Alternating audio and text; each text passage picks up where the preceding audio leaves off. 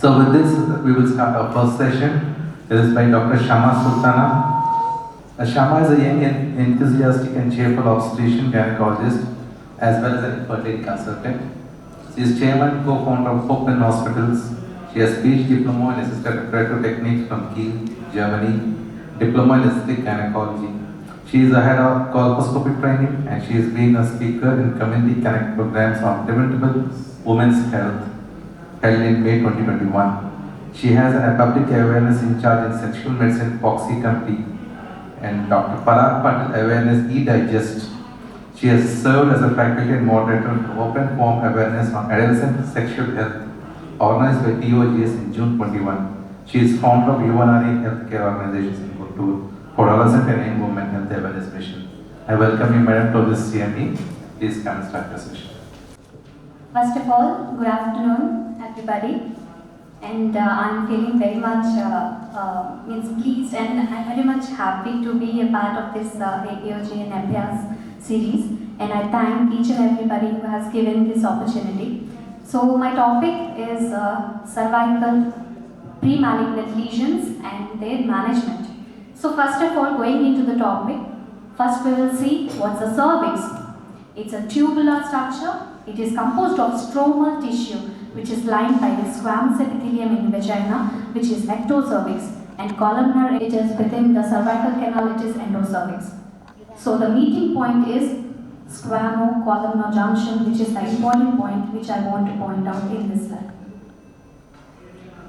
So then the position of squamo-columnar junction changes throughout the reproductive years, and in children it lies at the ectocervix and then it just at the external os. And at puberty and during pregnancy, it extends outwards as the cervix enlarges. And in adult life, it returns to the ectocervix through the process called metaplasia.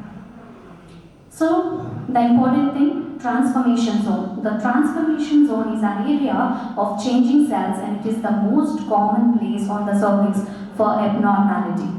So these abnormal cells can be detected on pap smear, and occasionally when the mucous columnar epithelium is covered by the squamous epithelium, there is a retention of mucus which is called Nebothinian follicle.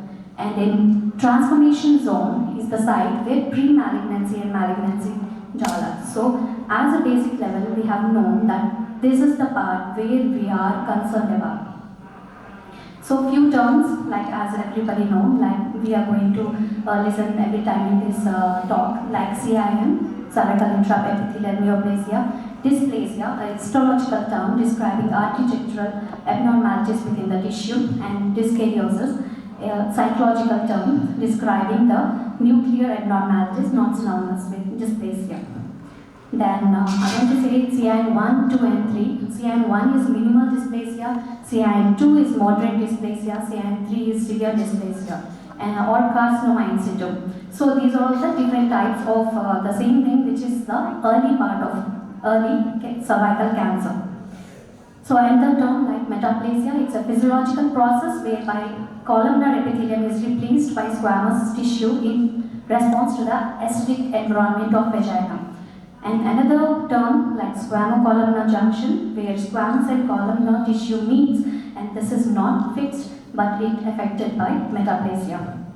And the term like pap smear, which is the important one, we all through the talk we listen, that is psychological test described papinically. So what is CIN? This is carcinoma in the cervix itself in the start level. So cervical intraepithelial neoplasia is a condition characterized by a new cellular growth, that is neoplasm, in a normal tissue.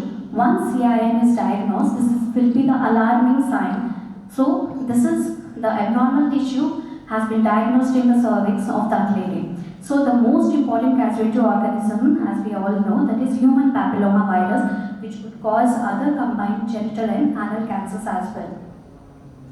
So however, CIN is more and much more common than the other types of genital neoplasias, and the tissue changes associated with CIN signify presence of pre-malignant or pre-cancerous situations, and CIN is essentially precursor to invasive cervical cancer and is collectively composed of cells that have undergone abnormal mitotic activity and leads to formation of lesions in the cervix.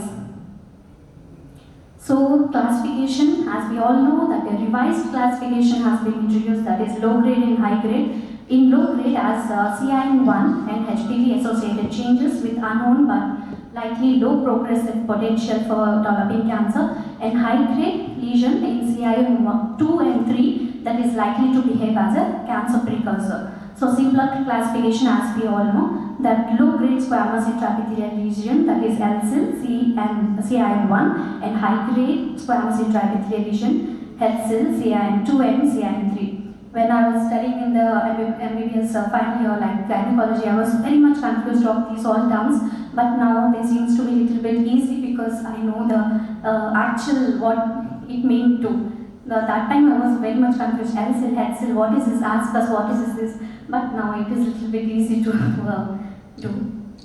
So as we see here, normal squamous epithelium, which is in the transformation zone, it is changing into the CIN1, then it will lead to CIN2. Actually, in majority people, along with that means due to their own cell-mediated immunity, the disease will be subsided by itself.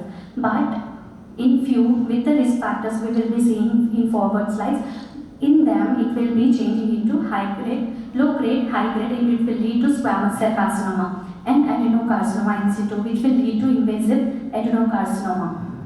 So the most important etiology, so human papillomavirus, it's an HPV infection is the essential prerequisite for the development of cervical malignancy. So HPV infection is extremely common with up to 80% of sexually active women being HPV positive at some time during their life. So few high risk and moderate and mild risk, high risk being 16, 18, 45 and go on, and moderate risk 26, 53 and 66. Milder are 6, 11, 40, 42, 43.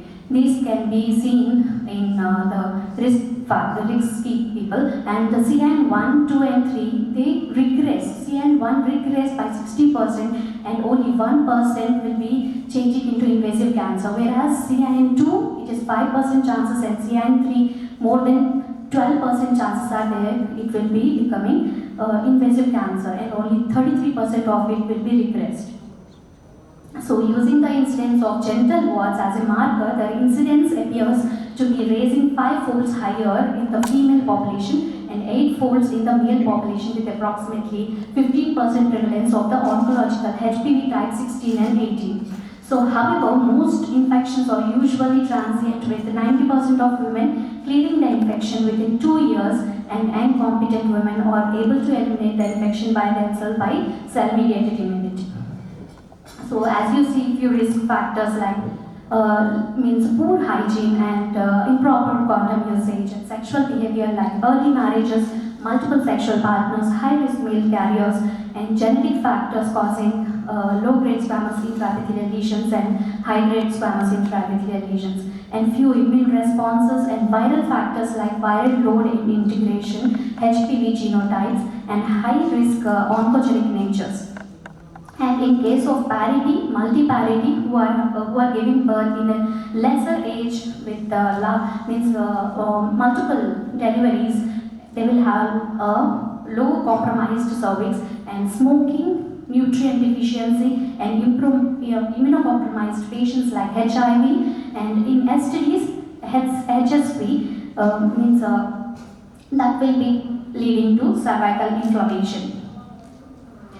So few more risk factors like conquering chlamydial herpes or HIV infection, and diethylstilbestrol exposure in utero, and family history of cervical cancer, low socioeconomic status, and also persistent HPV infection. 3 consecutive high-risk HPV DNA tests results in women aged more than 30. So in them, most of the clinical features, as we know, first when patient comes, actually many of the camps I have kept. First camp which I have kept in Guntur was the on the World Cancer Day last year. It was February 4th. That day I have kept one cancer awareness program in my hospital. as an initiative. So on that day only I have diagnosed 3 patients with CIN2. So we have given them follow up, and we have asked them to come over, and in them 2 of them have gone for permanent solution. So we were happy to make that initiative successful. For them, they were first of all they were having complaints of intramenstrual bleeding, and they were having also a thick white discharge, and they were saying like it as a white bleed. They were saying like సఫేద్ పని ఇంత means తెల్లబట్ట ఇంత ఎక్కువగా అవుతుంది అంటే but pad పెట్టుకోవాల్సి వస్తుంది వాళ్ళకి. It will be smelly, foul smell and thick white discharge. And on examination, it was not like candida, it was not like bacterial vaginosis, and the clear cut on perspective lab examination, there were clear cut erosion was there, and few patients were having a complete persistent abdominal pain, pelvic pain, leg cramps, and most of the patients were complaining of incontinence of urine and dripping of urine without any means voluntary control. So there will be weight loss if they are planning for some dietary food. If they are losing weight, it's okay. But without these any aspects, if they are losing weight, means 5 kgs a month or 10 kgs a month, means that is the matter of the issue. We need to think of any malignancy.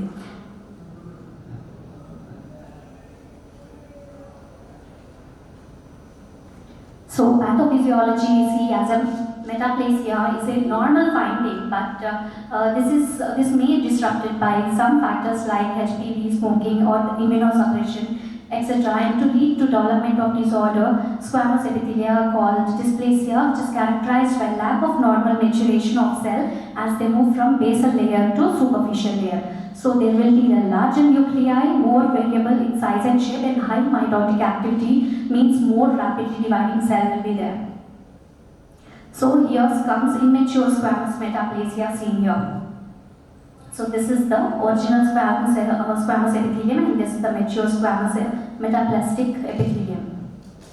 So CIN1, it is divided as a 1/3 of epithelium from the basal layer is involved. So this immaturity of cells is 1/3 of the layer, and CIN2 is 2/3, and moreover complete layer is occupied in CIN3. So as we see, regression and progression of CIN may occur, and spontaneous regression of low-grade disease is common and likely to occur through the patient's own cell-mediated immunity. And high-grade lesion is less likely to regress spontaneously and requires treatment as there is a risk of progression to cancer. So as you see, initial HPV infection when it occurs, it will lead to persistent infection. In few, it may regress and clear the HPV infection altogether without any treatment. But up to 5 years, it will be a persistent infection, and it will lead to CIN2 or 3, and which will be progressive within up to 20 years. Then it will lead to cancer. Then the people come to you. So if left untreated, 20% of the patients with high-grade abnormalities may develop cancer of cervix. So reasons for this remain unclear, but may include reduced host immunity, oncogenic HPV, and smoking. So screening will be the most important one. When I was doing this initiative last year, I was very much skeptical to allow this pap smear to be a basic test. Means any patient is coming to you for any surgery, why can't we do a pap smear to her? A lady is coming to your hospital. Along with CBC and blood report, why can't we give a basic pap smear report to her that everything is clear? Unless she is going for a screening, absolutely for a body checkup, only she is able to get this pap smear. Why not we do it as a basic test to every lady which is coming to your hospital for inpatient as a basic test, so that we can cover most of the women, and maybe we can diagnose in the basic level and initiate a treatment for her. So CIN benefit of cervical cancer screening, we will see. Even the most severe CIN3 takes several many years to change to cancer. So this means we can apply screening tests to do early detection of pre-malignant condition and do appropriate treatment and follow-up. So this is the WHO means screening methods guidelines. So I want to I don't want to go into the details of pap smear and every method. Just I want to emphasize that there is a cervical pap smear where all we will take in a OPD basis. We will strap the with IS patch the speculum and we will take onto the slide and we will give for the cytology. Then we will get a normal smear and also atypical squamous cells of undermined significance and L-cell, head cell and squamous cell carcinoma and adenocarcinoma we can get to know by pap smear. And colposcopy, next level. Actually, when I was knowing about this colposcopy, I was very much interested and I took a colposcopy training in the Delhi Gynec Forum. And in that I got to know about this very important thing that we can know by seeing and by doing two tests, that is acetic acid test and lower acid Willi and Willi. So that test we can rule out basically when the patient comes to your OPD and we are ruling out the disease. It is really a miracle. So I have actually in the basic level I have really asked my husband to keep this colposcopy for me because it will be a changing milestone for diagnosing cervical cancer. So colposcopy training we can take and we'll have a proper diagnosis of cervical cancer, which is very important. So HPV DNA testing, it is also a very important one in which erosion is seen if they don't want to go for colposcopy and then directly I am going for a HPV DNA test with the erosion and with the pap smear positive. I am directly going for HPV DNA test sometimes. And in that, if HPV DNA is positive, if she has covered the family life, I am telling her for the hysterectomy of, for suppose she want to retain her pregnancy or reproductive thing, then we can go for cryotherapy. We will discuss further. So treatment, as I said, the aim of the treatment is to make the post-treatment test negative while minimizing harm to the patient. And low-grade lesion will regress spontaneously in over 60% of cases, and usually they require no treatment but careful follow-up, but with colposcopy and cytology in next 6 months after initial diagnosis. So if CIN is not resolved on follow-up test or progress to high grade, then treatment is needed to avoid development of active disease, is cancer. So treatment levels, as I see, are could be outpatient or inpatient, that is excision methods like loop electrosurgical excision and large loop excision of transformation zone and laser transformation zone excision, knife, laser or loop cone biopsy or hysterectomy. Mostly I have seen most of the patients are going for hysterectomy who are beyond the age of 35 or 37 and who are less than the age of 30. Maybe with our guidance they may go for this or with the less CIN1 or CIN2 they can go for cryotherapy like ablative methods like cryocautery, electrodiathermy and coagulation and laser treatments. So the favored method is large loop excision, that is transformation zone, which is done as an outpatient under local anesthesia and take 15 minutes and should go 10 mm deep down cervical stroma. So the advantages is that it is effective and 95% test negative post-treatment and cost-effective and provide specimen for histology. And the disadvantages may lead to poor obstetric outcome as it weakens the cervix. So bone biopsy, another one, or conization is both treatment and diagnosis and done under anesthesia if hysterectomy is performed and usually after completion of the family, as I told you, and the annual wall smears should be performed. So pap smear, HPV testing, punch biopsy, endocervical curettage and cone biopsy and lead we can go ahead for. So in deep also I want to enumerate few things, that absolute contraindications and relative contraindications. Absolute contraindications like pregnancy, acute cervicitis, bleeding or coagulation disorders, patient unwillingness, and related contraindications of patient less than 3 months of postpartum, recurrence in a post-cervical conization case, and patient with a small cervix and strong suspicion of microinvasive carcinoma or the related contraindications of lead. So close follow-up after initial treatment by regular cervical smear is needed after 6 months and then yearly for 10 years, as the risk of recurrence and cancer remains. So we will get to know further in our next talk by Dr. Anita ma'am about vaccinations and screening methods as well. So few topics, few scenarios we will see, and we will end the talk. Management of pre-malignant lesions in various scenarios. Like first, I want to discuss about management of unsatisfactory cytology. First, suppose HPV unknown or HPV negative woman has come and she is more than 30 years. We will repeat the cytology after 2 to 4 months, and if it has come positive, or we will go ahead for colposcopy, and if it has still done negative, then we will go for routine screening and co-testing with HPV DNA test. And if it is abnormal, we will go ahead with ASCCP. What is ASCCP? American Society of Colposcopy and Cervical Pathology. Yeah, I got it. So this is the way we need to go, and we need to treat the patient with abnormal in this case.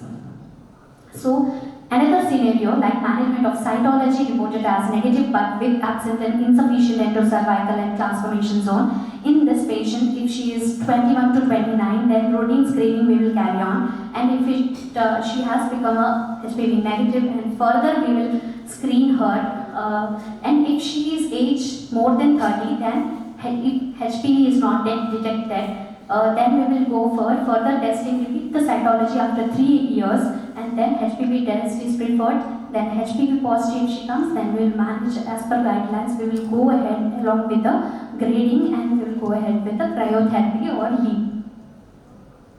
So, and another interesting one is this one, management of ASCUS and LC for ages between 21 to 24 years. So in this, we will repeat cytology at 1 year preferred if HPV positive has come, and reflex HPV testing is seen in ASCUS only. So in this, if they have come to low grade, then we will repeat the cytology at 1 year. Then we will go ahead with the cytology negative. If they come for 2 times, then we will carry on the routine screening. If they have come some atypical cells, then we will go ahead with colposcopy.